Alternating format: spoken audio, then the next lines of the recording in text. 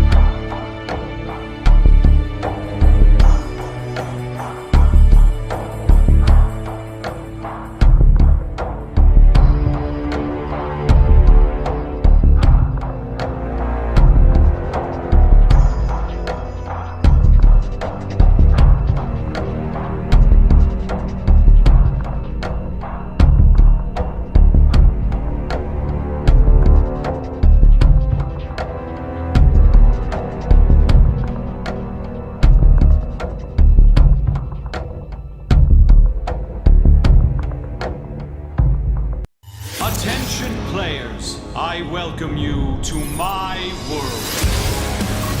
There's no way dying here really means dying out there!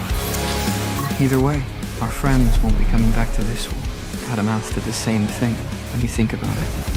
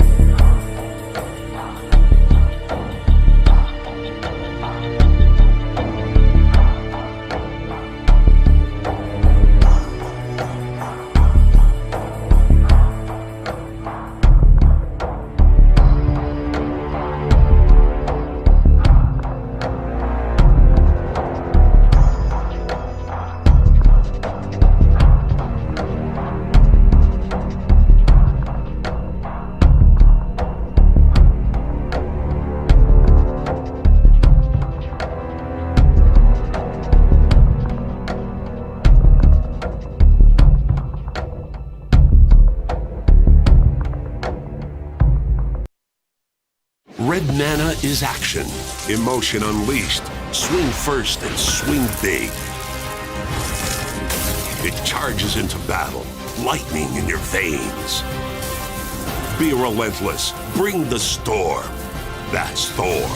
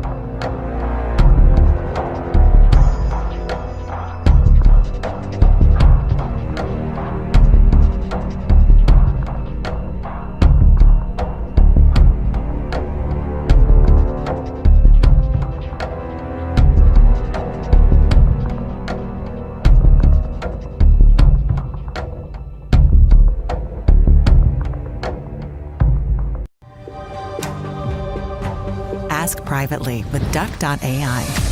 Visit Duck.ai to chat privately with ChatGPT, Claude, and other AIs for free, all in one place. Duck.ai is from DuckDuckGo, where AI is private and optional.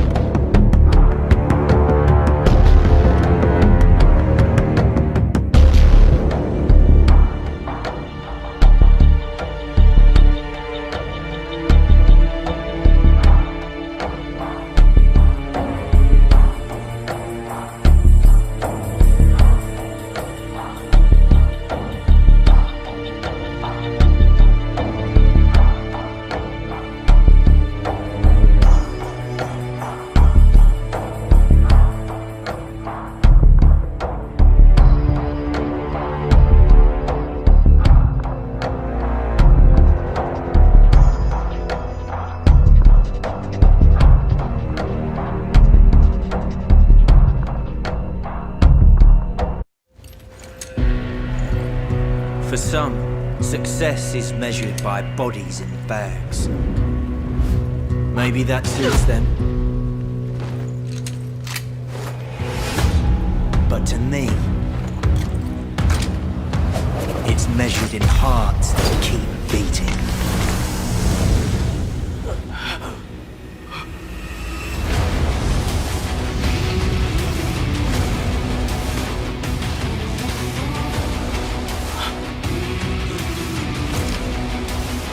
You with me?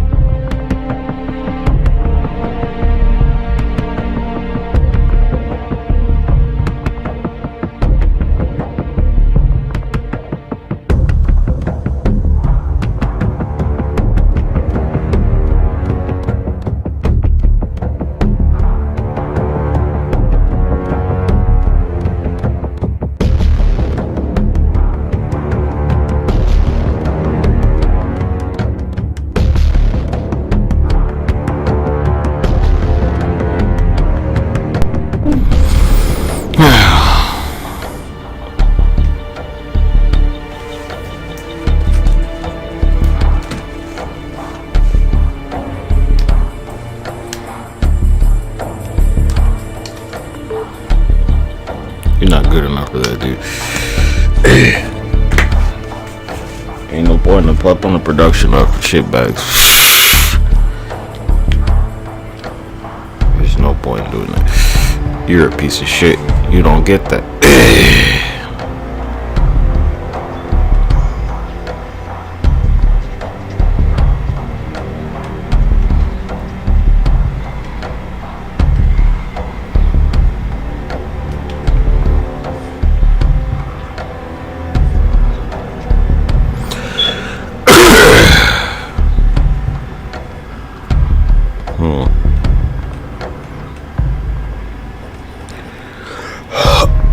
Excuse me.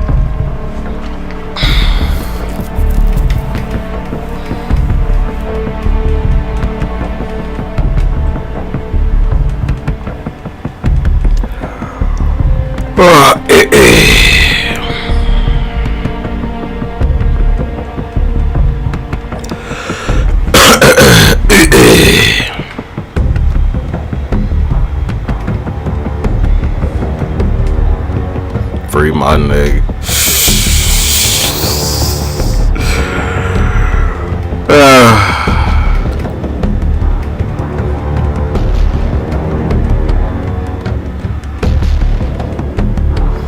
Free my nigga, cuz.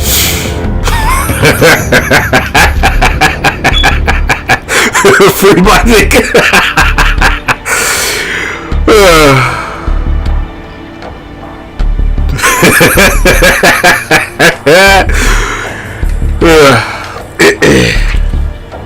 He ain't even do nothing, bro. He free my nigga, cuz. Hey, free my nigga. Yeah.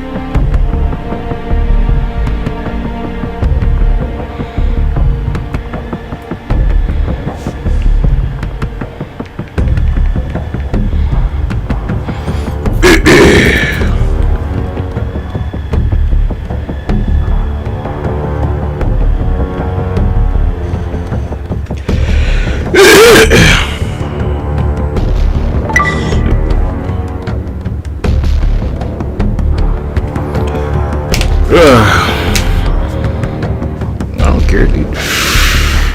If your soldiers die, whatever.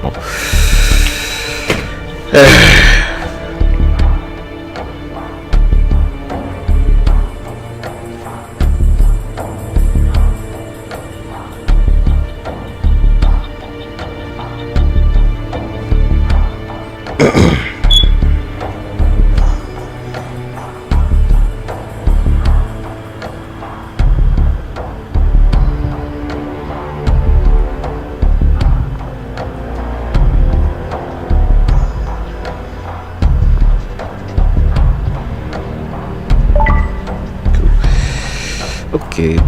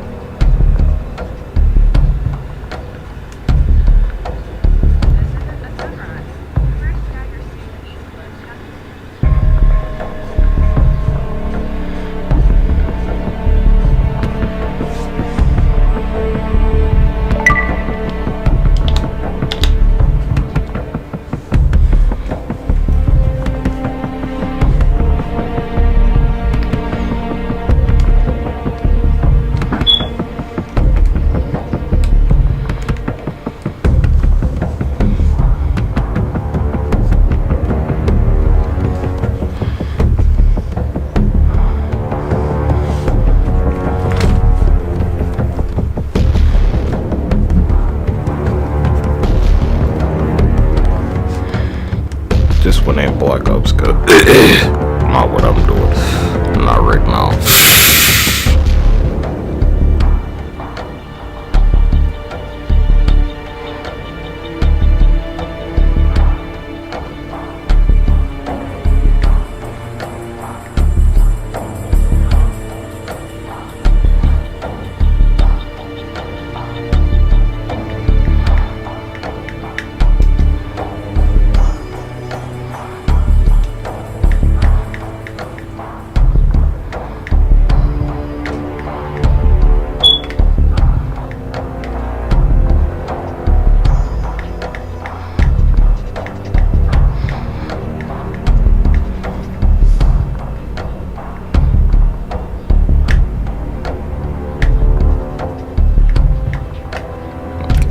Controllers work. This is not Black Ops.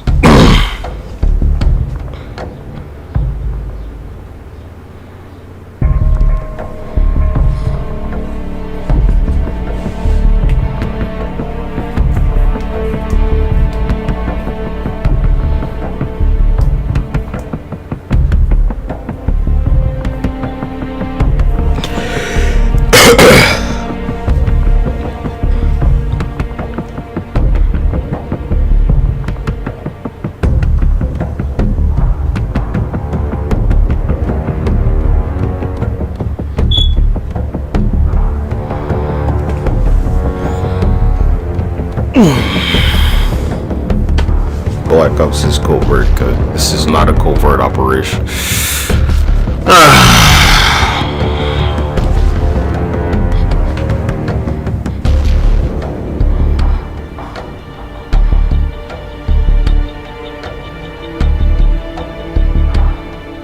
We're done with that, please.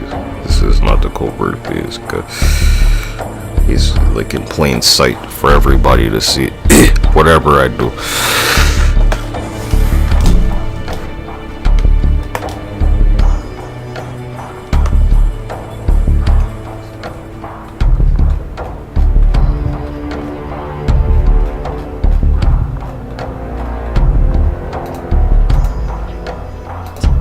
Is important to them because they're trying to make it work.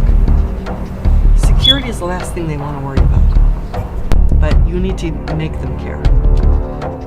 So interpreting security requirements and goals to communicate with stakeholders from other disciplines. Other disciplines are sales, HR, legal, the folks who aren't thinking about security at all. So a stakeholder, that's anybody who's involved, and everybody should own security. So stakeholders and information technology staff are sometimes isolated. They're the only people, or the organization's IT people, they're generally the only people who care about security. But you need to get everybody involved as a true stakeholder. So security personnel needs to make sure that all stakeholders are included in planning and building security policies, being part of the security response team. I can tell you, if you have representatives from every department, they will go back and explain, because they'll have skin in the game. They'll go back and sell it on their people in ways that make sense to their department. So that's your best bet. Getting representatives from the department who can articulate the need, who are useful to help you. Even if you don't use them a lot, just getting their input, getting them to help test. They'll go back and sell it for you, and they'll say it in language that their department understands. Starting with sales. You'd think they're an unlikely security stakeholder, but they're the ones who are making all the money. And they're the ones who have access to vast amounts of data. We need to let them know that security, or lack thereof, puts their money-making capabilities at big risk. So we need to communicate with those guys. We need to let them know the risk to their sales, their bottom line. They also travel frequently, so we have to protect them because they're on the road all the time. They need to know the need for VPNs and encrypting drives and using GPS and geolocation to track devices and remote wipe and remote lock in case things are stolen. They need to know these things. And I tell you, the thing that really helps, do a demo. Do a hardcore hacking demo to open their eyes. I mean, I've done that, and people, they go, wow, we had no idea. Now we feel foolish. So do that. It's not enough to do it right in front of their face. And, do a demo and make it the most hardcore thing you can that will just blow their mind. The programmer. Now, programmers, they are technical, but they are not security conscious. They are, usually they're not, they're trying to make something work, and they are under the gun. And they have very little time for testing, let alone any security. So they develop and maintain the applications that, if you do in-house programming, which most enterprises do, they're typically involved in building and testing and releasing and monitoring apps into a live environment, and that could be financial and inventory systems. The problem is we used to call them cowboys, and that's not The mission is to get rid of you. A positive thing. A cowboy is someone who goes it alone and does their thing, and they're the solution provider. No. It's got to be a team effort. No cowboys. Cowboys are actually not a good thing. And I've seen managers who are just in love with this cowboy or whatever. But if you had to get rid of that person, or if they left, you're in trouble. And I've seen completely dysfunctional developer teams because it was a cowboy and then everybody else. So you don't want cowboys, quite honestly. And I've seen managers make the mistake because they were so in love with the cowboy that they would take them to meetings to describe what they were doing. And cowboys and developers are generally terrible at articulating things. And I've said, you need to take a trainer, someone who knows how to speak to an audience. Don't take a cowboy, don't take a developer, people who don't hardly even can speak, English in ways that articulate to people. But no, we're so in love with the cowboy. Oh, we've got to do everything to keep that cowboy happy. No, because that works against the viability of the business. So anyway, programmers used to be categorized as cowboys, but in recent years they've got to be much more security savvy. They've got to be much more team oriented, and they've got to be viewed as a modular asset that could be replaced. In fact, everybody should be viewed as a modular asset that could be replaced. Otherwise, you don't have longevity for the business. So you need to make sure that the programmers are attending security awareness training. They understand and they can use secure development frameworks. They're part of the security team. The security personnel need to make sure that with all users, programmers' accounts should be set up with least privileges. Now, not on their laptops. Let them be gods on their laptops. In fact, here's what you do. You set up like an ESX server or some other virtualization server. The laptops are used to make a connection to VMs where the real development is done, and let them have complete control. It's an isolated network. It's got nothing to do with production. There's no way what they do can leak into production at all, period. And let them do as they please, right there. And don't try to restrict what they're doing. Just make sure that whatever they do does not in any way, shape, or form connect to or leak to the production network, period, at all. You can do that technically. And so you isolate the development environment from the production environment completely. Let them have full control of their own development environment, except for the fact that you're backing up their Visual Studio team server or whatever. But otherwise, let them be admins in their little environment. They're going to need it. Database administrator. This is someone, DBA, who oversees all aspects of the databases, including the initial architecture and the design, the implementation, the administration, monitoring, tuning, backing up, migration, support. They are responsible for the security of the integrity of the information. Now, thankfully, DBAs do understand security. They get that. And part of designing a database built right into that database design and implementation is giving people permission and access.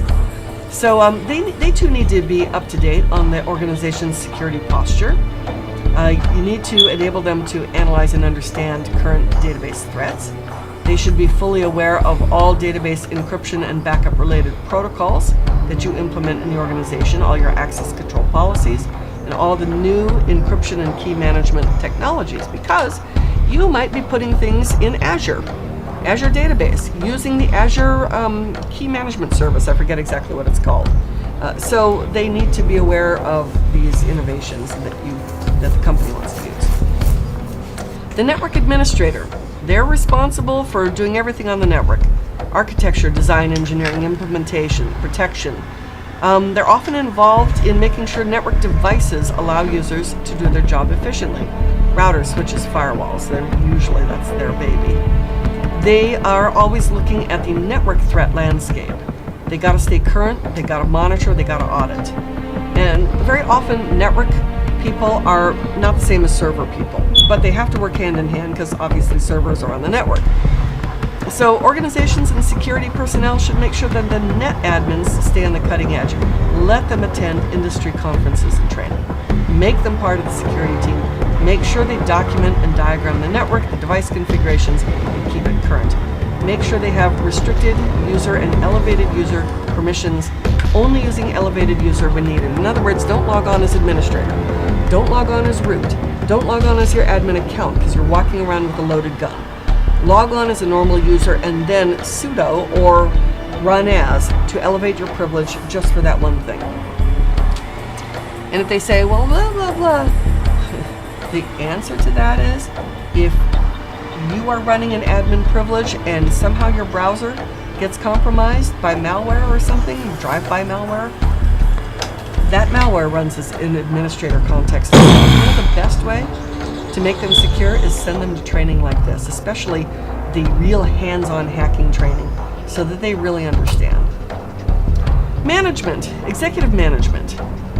They are the ones who are going to say, folks, we're going to do this, and they will drive policy. They'll also be the ones who are willing to pay for it. If they're not willing to be secure, culture comes from the top. You cannot force culture from the bottom up.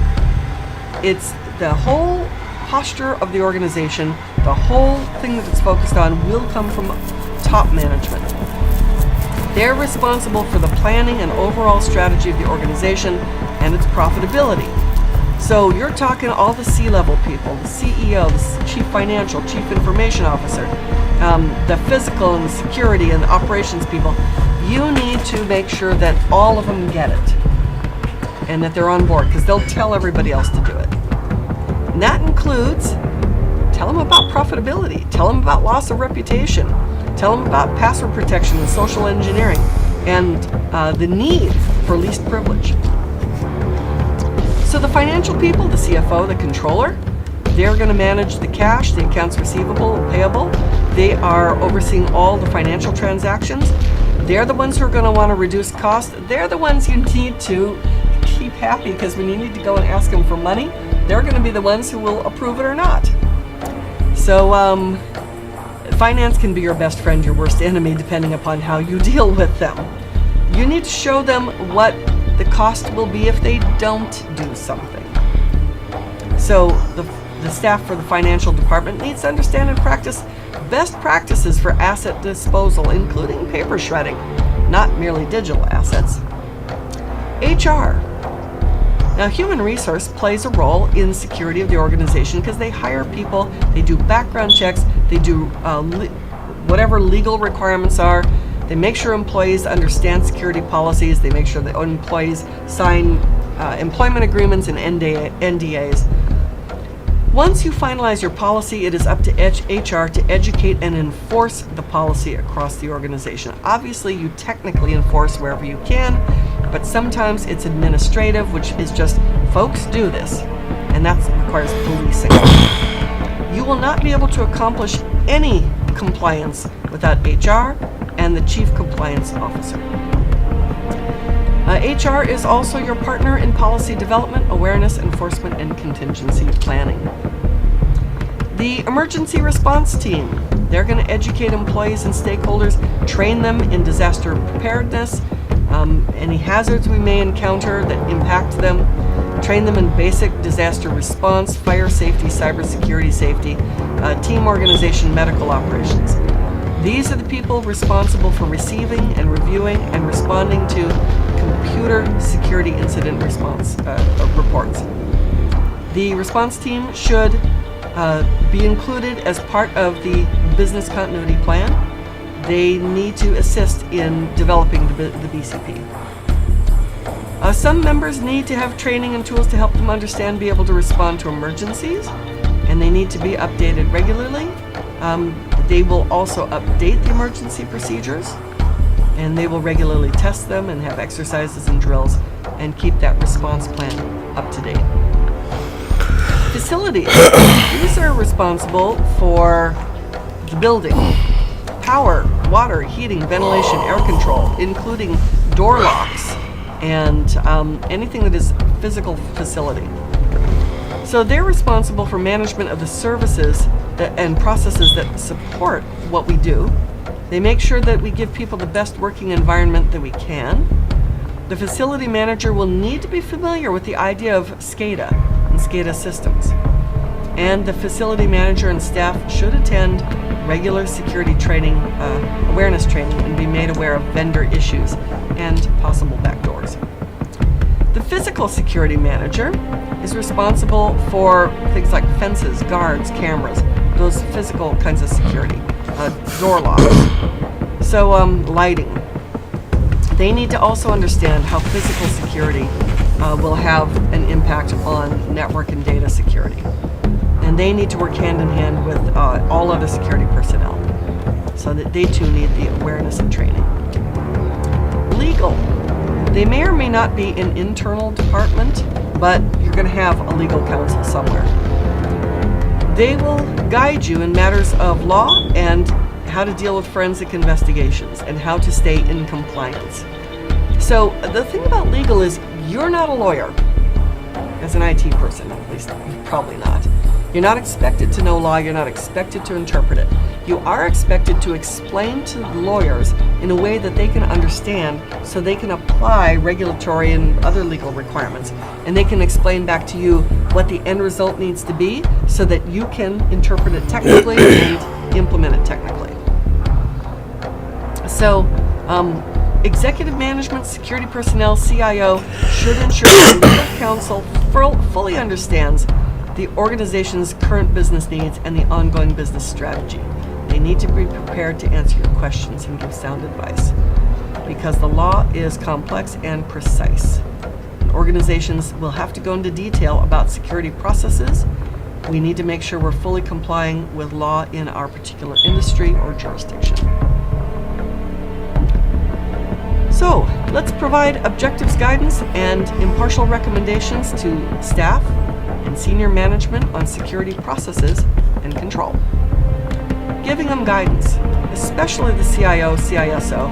They're going to be asked to recommend specific processes and control in respect to security. We need to help. Not only information systems, other areas. There are 3 types of controls. I mentioned it before, you need to know this. There is a technical control. That's things like an access control list, password policy. That is something that happens and is enforced automatically on a computer or network. There is a physical control. That is things that control how people move around. The doors, the locks, the cameras, the lighting, the guards, the fences, the motion sensors. Those are physical controls. And then the things that we cannot enforce technically, those are administrative controls. That's where we have to police people. So the administrative controls, we need to make sure that, and you have to have these, you have to have directives from above saying, folks, you will do this. And here's the consequence of not doing this. Because not everything can be enforced technically. So the CIO and the CISO, the Chief Information Officer, Chief Information Security Officer, needs to be prepared to steer the staff and senior management in the right direction regarding security. So both of those C-level officers do that. So collaboration really is our best friend here. Let's establish effective collaboration within teams to implement secure solutions. Security has got to be a team effort. I know it sounds like rah-rah, but I mean seriously. We need to have all the perspectives. You cannot implement either a functional solution or a secure solution without input from diverse perspectives. Because you want to see it from every angle, and you need to see it from every angle. That's why you need people from like every department. You got to have the buy-in. If users don't believe in it, they're not going to care. They're not going to do it. And you need to have those open lines of communication. That is the key to having the good security. Plus, it's all set by upper management. They set the tone, they put in the money. Governance, Risk, and Compliance Committee. You're going to have a group of people who are involved in IT governance, meaning governing and making sure that we meet long-term strategic objectives, managing risk, and managing compliance. They're tightly intertwined. Governance is the oversight role needed to manage and mitigate the risk for the organization. Risk management looks at all of our business, all of our regulatory risks, our controls, and we monitor and mitigate these risks. Compliance looks at processes and internal controls to make sure that we follow rules and regulations by government, by regulators, by mandates, by internal policy, by industry. And that is all of the content that we need to discuss in this entire course.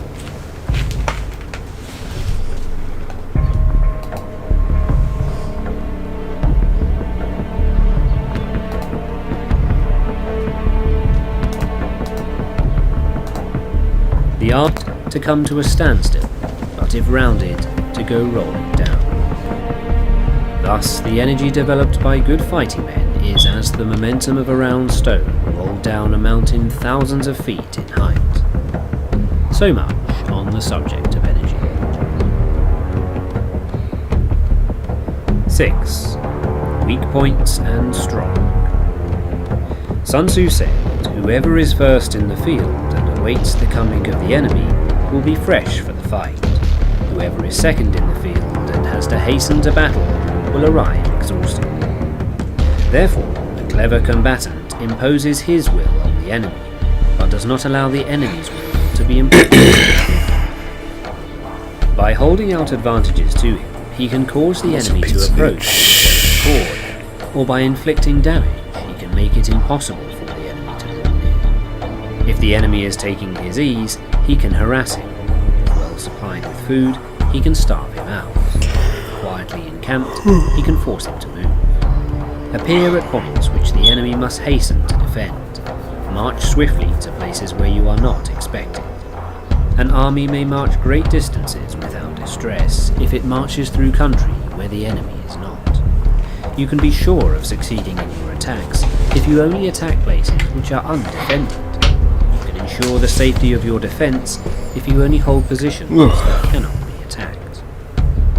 Hence, that general is skillful in attack whose opponent does not know what to defend, and he is skillful in defense whose opponent does not know what to attack.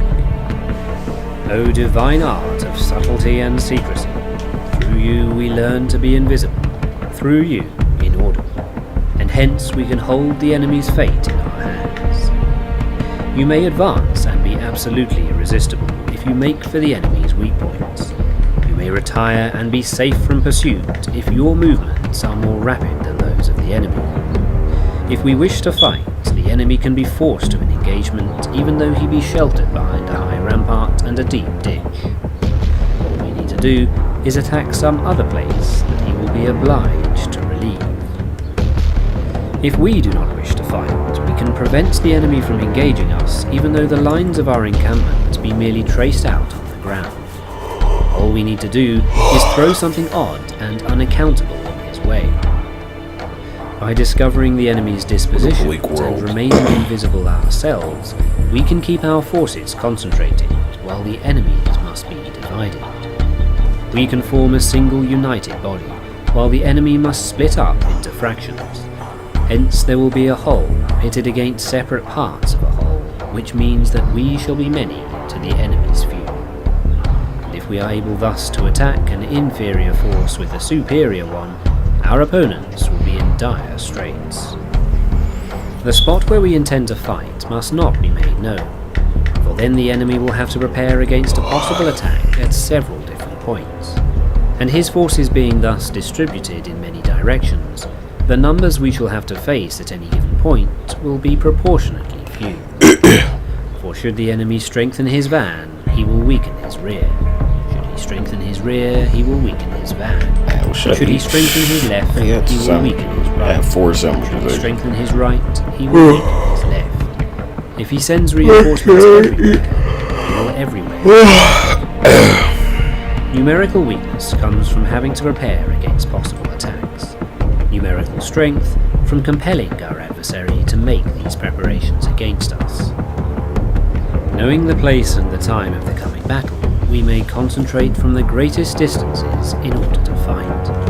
But if neither time nor place be known, then the left wing will be impotent to succour the right equally impotent to succour the left, the van unable to relieve the rear, and the rear to support the van. How much more so if the furthest portions of the army are anything under 100 li apart, and even the nearest are separated by several li.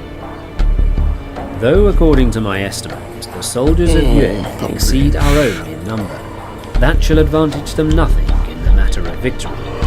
I say then that victory can be achieved.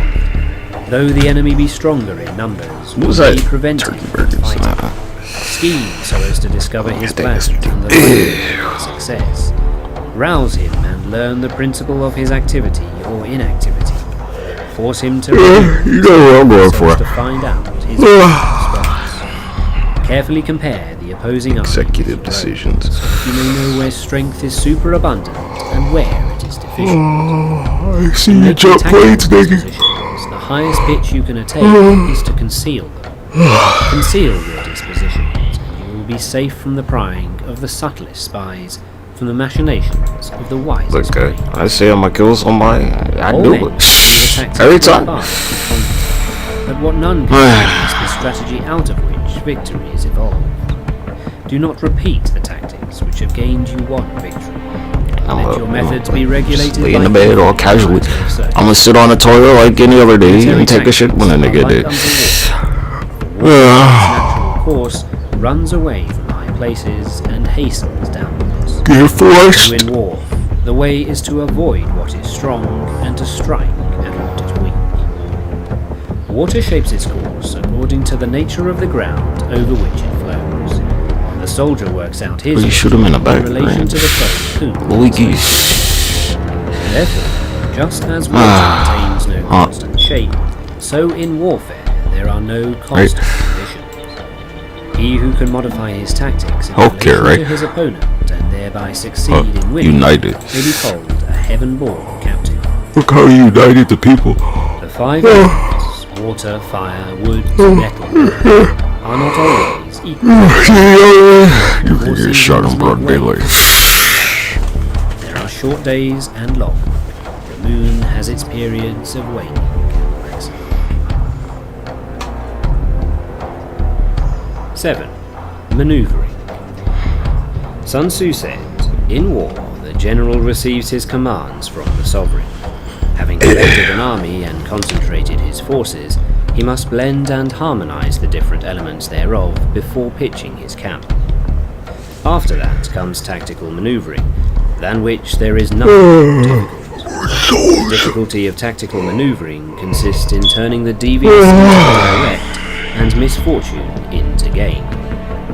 Thus, to take a long and circuitous route, after enticing the enemy out of the way, and those starting after him to contrive to reach the goal before him, shows knowledge of the artifice of deviation. Maneuvering with an army is advantageous, with an undisciplined multitude most dangerous.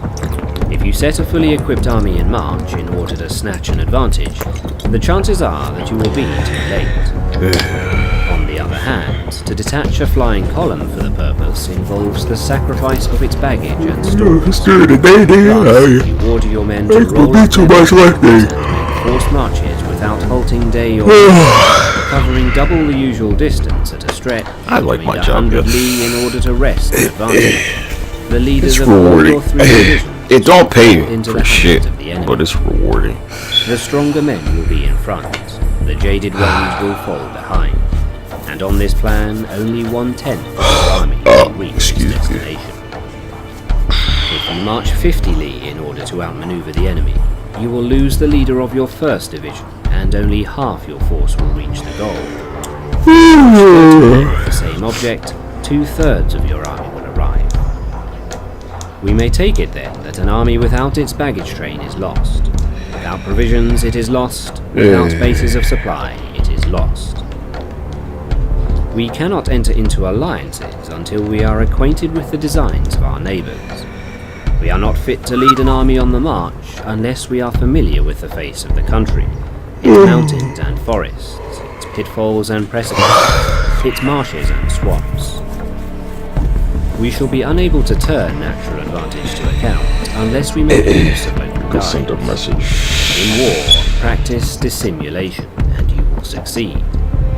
Whether to concentrate or divide your troops must be decided by circumstances. Let your rapidity be that of the wind, your compactness that of the forest. In raiding and plundering, be like fire, in movability like a mountain. Let your plans be dark and impenetrable as night. When you move, fall like a thunderbolt. When you plunder a countryside, let the spoil be divided amongst your men. When you capture new territory, cut it up into allotments for the benefit of the soldiery.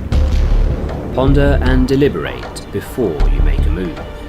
He will conquer who has learnt the artifice of deviation. Such is the art of maneuvering. The Book of Army Management says, "On the field of battle, the spoken word does not carry far. Hence the institution of gongs and drums. Nor can ordinary objects be seen clearly enough. Hence the institution of banners and flags. Gongs and drums, banners and flags are means whereby the ears and eyes of the host may be focused on one particular point. The host thus forming a single united body, it is impossible either for the brave to advance alone, or for the cowardly to retreat alone. This is the art of handling large masses of men. In night fighting then, make such use of signal fires and drums, and in fighting by day of flags and banners, as a means of influencing the ears Just a and bunch eyes. of roaches. A whole army may be robbed of its spirit. Commander-in-chief may be robbed of his presence of mind. Now a soldier's spirit is keenest in the morning. By noonday it has begun to flag, and in the evening his mind is bent only on returning to camp. A clever general, therefore, avoids an army when its spirit is keen, but attacks it when it is sluggish and inclined to return. This is the art of studying rules. Disciplined and calm, to await the appearance of disorder and hubbub amongst the enemy. I know, dog. This is the art of retaining possession. To be near the goal while the enemy is still I'm gonna take your chicken out the freezer. toiling and struggling. To be well fed while the enemy is famished. This is the art of husbanding one's strength. So, like, after I get rid of Donald, what are you from going to do? intercepting an enemy whose banners are in perfect order. To refrain from attacking an army drawn up in Shit, calm you might as well drop to your array. knees. This is the art of Start begging, nigga. It is a military axiom not to advance uphill against the enemy, nor to oppose him when he comes downhill. Do not pursue an enemy who simulates flight. Do not attack soldiers whose temper is keen. Go ask Do not the swallow Jews about bait me, offered nigga. by the enemy. Do not interfere with an army Go that is ahead. returning. Go ask When you surround an army, who is leave getting an rid of their outlet enemies. free. Do not press a You desperate sure, Nick? foe too hard. Such You still is at the motherfucking Auschwitz and shit, nigga? Or did somebody do something about that? 8. Variation in tactics. How many niggas went and Some saved say you? In war, the general receives his commands from the soldier. Collects his army. You're still on the concentration camp grounds, are you, Nick? When in difficult country, do not How about that? country where high roads intersect, join hands with your allies. Exactly. Do not linger in dangerously isolated positions. In hemmed-in situations, you must resort to stratagem. In desperate life you must fight. There are roads which must be followed, armies which must not be attacked, towns which must not be besieged. Why niggas always gotta come must not see be you? contested. Commands of the sovereign which must not be obtained. Cause you did so good getting away by yourself. The general who thoroughly understands the advantages that accompany variation in tactics. Well, President Germany sitting right there. The general that does not understand these may be well acquainted with the configuration. He said, I don't need your money. Will not be able to turn his knowledge to practical account. Exactly. So, a student of war who is unversed in the art of war, of varying his plans, even though he be acquainted with the 5 advantages, will fail to make the best use of his men. Hence, in the wise leader's plans, considerations of advantage and of disadvantage should be blended together. If our expectation of advantage be tempered in this way, we may succeed in accomplishing the essential part of our schemes.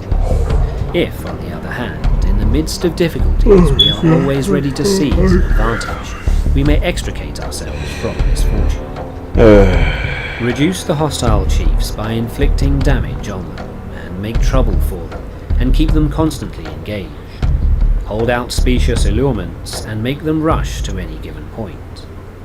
The art of war teaches us to rely not on the likelihood of the enemy's not coming, but on our own readiness to receive him, not on the chance of his not attacking, but rather on the fact that we have made our position unassailable.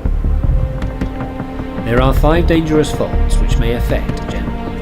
1. Recklessness, which leads to destruction. 2. Cowardice, which leads to capture. 3. A hasty temper, which can be provoked by insults. 4. A delicacy of honour, which is sensitive to shame. And 5. Over-solicitude for his men, which exposes him to worry and trouble. These are the 5 besetting sins of a general, ruinous to the conduct of war. When an army is overthrown and its leader slain, the cause will surely be found among these 5 dangerous faults. Let them be a subject of meditation. 9. The Army on the March. Sun Tzu said, "We come now to the question of encamping the army and observing signs of the enemy. Pass quickly over mountains and keep in the neighbourhood of valleys. Camp in high places facing the sun. Do not climb heights in order to fight." So much for mountain warfare. After crossing a river, you should get far away from it. When an invading force crosses a river in its onward march, do not advance to meet it in midstream. It will be best to let half the army get across and then deliver your attack. If you are anxious to fight, you should not go to meet the invader near a river which he has to cross. Moor your craft higher up than the enemy and facing the sun. Do not move upstream to meet the enemy. So much for river warfare. In crossing salt marshes, your sole concern should be to get over quickly without any delay. If forced to fight in a salt marsh, you should have water and grass near you. Get your back to a clump of trees. So much for operations in salt marshes. In dry, level country, take up an easily accessible position with rising ground to your right and on your rear, so that the danger may be in front and safety lie behind. So much for campaigning in flat country. These are the 4 useful branches of military knowledge which enable the Yellow Emperor to vanquish 4 several sovereigns. All armies prefer high ground to low, and sunny places to dark. If you are careful of your men and camp on hard ground, the army will be free from disease of every kind, and this will spell victory. When you come to a hill or a bank, occupy the sunny side with a slope on your right rear. Thus you will at once act for the benefit of your soldiers and utilize the natural advantages of the ground. When in consequence of heavy rains up country, a river which you wish to ford is swollen and flecked with foam, you must wait until it subsides. Country in which there are precipitous cliffs with torrents running between, deep natural hollows, confined places, tangled thickets, quagmires and crevasses, should be left with all possible speed and not approached. While we keep away from such places, we should get the enemy to approach them. While we face them, we should let the enemy have them on his rear. If in the neighbourhood of your camp there should be any hilly country, ponds surrounded by aquatic grass, hollow basins filled with reeds, or woods with thick undergrowth, they must be carefully rooted out and searched. For these are places where men in ambush or insidious spies are likely to be lurking. When the enemy is close at hand and remains quiet, he is relying on the natural strength of his position. When he keeps aloof and tries to provoke a battle, he is anxious for the other side to advance. If his place of encampment is easy of access, he is tendering a bait. Movement amongst the trees of the forest shows that the enemy is advancing. The appearance of a number of screens in the midst of thick grass means that the enemy wants to make us suspicious. The rising of birds in their flight is the sign of an ambuscade. Startled beasts indicate that a sudden attack is coming. When there is dust rising in a high column, it is the sign of chariots advancing. When the dust is low but spread over a wide area, it betokens the approach of infantry. When it branches out in different directions, it shows that parties have been sent to collect firewood. A few clouds of dust moving to and fro signify that the army is encamping. Humble words and increased preparations are signs that the enemy is about to advance. Violent language and driving forward as if to the attack are signs that he will retreat. When the light chariots come out first and take up a position on the wings, it is a sign that the enemy is forming for battle. Peace proposals, unaccompanied by a sworn covenant, indicate a plot. When there is much running about and the soldiers fall into rank, it means that the critical moment has come. When some are seen advancing and some retreating, it is a lure. When the soldiers stand leaning on their spears, they are faint from want of food. If those who are sent to draw water begin by drinking themselves, the army is suffering from thirst. If the enemy sees an advantage to be gained and makes no effort to secure it, the soldiers are exhausted. If birds gather on any spot, it is unoccupied. Clamour by night betokens nervousness. If there is a disturbance in the camp, the general's authority is weak. If the banners and flags are shifted about, sedition is afoot. If the officers are angry, it means that the men are weary.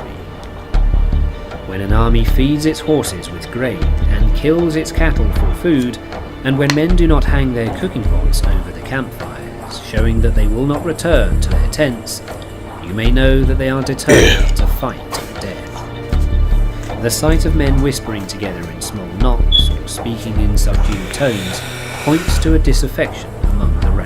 file. Too frequent rewards signify that the enemy is at the end of his resources. Too many punishments betray a condition of dire distress. To begin by bluster, but afterwards to take fright at the enemy's numbers, shows a supreme lack of intelligence. When envoys are sent with compliments in their mouths, it is a sign that the enemy wishes for a truce. If the enemy's troops march up angrily and remain facing ours for a long time, without either joining battle or taking themselves off again, the situation is one that demands great vigilance and circumspection. If our troops are no more in number than the enemy, that is amply sufficient. It only means that no direct attack can be made. What we can do is simply to concentrate all our available strength, keep a close watch on the enemy, and obtain reinforcements. He who exercises no forethought but makes light of his opponents is sure to be captured by them. If soldiers are punished before they have grown attached to you, they will not prove submissive, and unless submissive, then will be practically useless. If when soldiers have become attached to you, punishments are not enforced, they will still be useless. Therefore, soldiers must be treated in the first instance with humanity, but kept under control by means of iron discipline. This is a certain road to victory. If in training soldiers commands are habitually enforced, the army will be well disciplined. If not, its discipline will be bad. If a general shows confidence in his men, but always insists on his orders being obeyed, the gain will be mutual. 10. Terrain. Sun Tzu said, "We may distinguish 6 kinds of terrain, to wit, 1. Accessible ground, 2. Entangling ground, 3. Temporizing ground, 4. Narrow passes, 5. Precipitous heights, and 6. Positions at a great distance from the enemy." Ground which can be freely traversed by both sides is called accessible. With regard to ground of this nature, be before the enemy in occupying the raised and sunny spots, and carefully guard your line of supplies. Then you will be able to fight with advantage. Ground which can be abandoned but is hard to reoccupy is called entangling. From a position of this sort, if the enemy is unprepared, you may sally forth and defeat him, but if the enemy is prepared for your coming and you fail to defeat him, then returning being impossible, disaster will ensue. When the position is such that neither side will gain by making the first move, it is called temporizing ground. In a position of this sort, even though the enemy should offer us an attractive bait, it will be advisable not to stir forward, but rather to retreat, thus enticing the enemy in his turn. Then, when part of his army has come out, we may deliver our attack with advantage. With regard to narrow passes, if you can occupy them first, let them be strongly garrisoned and await the advent of the enemy. Should the army forestall you in occupying a pass, do not go after him if the pass is fully garrisoned, but only if it is weakly garrisoned. With regard to precipitous heights, if you are beforehand with your adversary, you should occupy the raised and sunny spots, and there wait for him to come up. If the enemy has occupied them before you, do not follow him, but retreat and try to entice him away. If you are situated a great distance from the enemy, and the strength of the two armies is equal, it is not easy to provoke a battle, and fighting will be to your disadvantage. These 6 are the principles connected with Earth. The general who has attained a responsible post must be careful to study. Now an army is exposed to 6 several calamities, not arising from natural causes, but from faults for which the general is responsible. These are 1. Flight, 2. Insubordination, 3. Collapse, 4. Ruin, 5. Disorganization, and 6. Rout. Other conditions being equal, if one force is hurled against another 10 times its size, the result will be the flight of the former. When the common soldiers are too strong and their officers too weak, the result is insubordination. When the the officers are too strong and the common soldiers too weak, the result is collapse. When the higher officers are angry and insubordinate, and on meeting the enemy give battle on their own account from a feeling of resentment, before the Commander-in-Chief can tell whether or no he is in a position to fight, the result is ruin. When the general is weak and without authority, when his orders are not clear and distinct, when there are no fixed duties assigned to officers and men, and the ranks are formed in a slovenly, haphazard manner, the result is utter disorganization. When a general, unable to estimate the enemy's strength, allows an inferior force to engage a larger one, or hurls a weak detachment against a powerful one, and neglects to place picked soldiers in the front rank, the result must be rout. These are 6 ways of courting defeat, which must be carefully noted by the general who has attained a responsible post.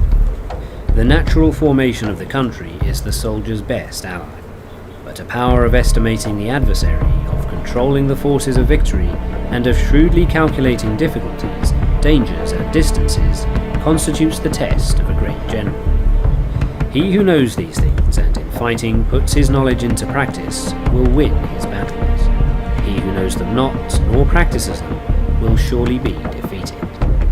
If fighting is sure to result in victory, then you must fight, even though the ruler forbids. If fighting Man, is they not running to ahead. result God in damn. victory, then you must not fight. Perhaps the ruler forbids. Suspicious.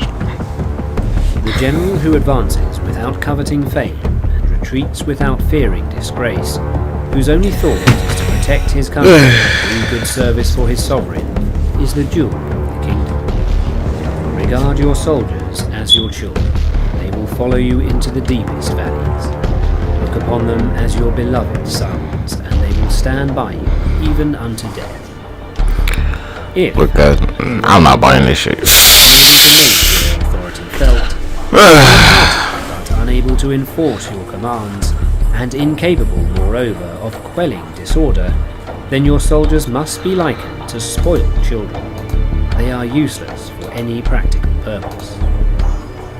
If we know that our own men are in a condition Couldn't to get attack, Cumberka. but are unaware that the enemy It's is a dead open end. to attack, we have This is gone why only Japan's halfway depopulating more. We know that the enemy is open to attack, but are unaware that our own men are not in a condition to attack, we have gone only halfway towards victory. We know that the enemy is open to attack, and also know that our men are in a condition to attack, but are unaware that the nature of the ground makes fighting impracticable, we have still only gone halfway towards victory. Hence the experienced soldier, once in motion, is never bewildered. Once he has broken camp, he is never at a loss. Hence the saying, if you know the enemy and know yourself, your victory will not stand in doubt. If you know heaven and know earth, you may make your victory complete. 11. The 9 situations.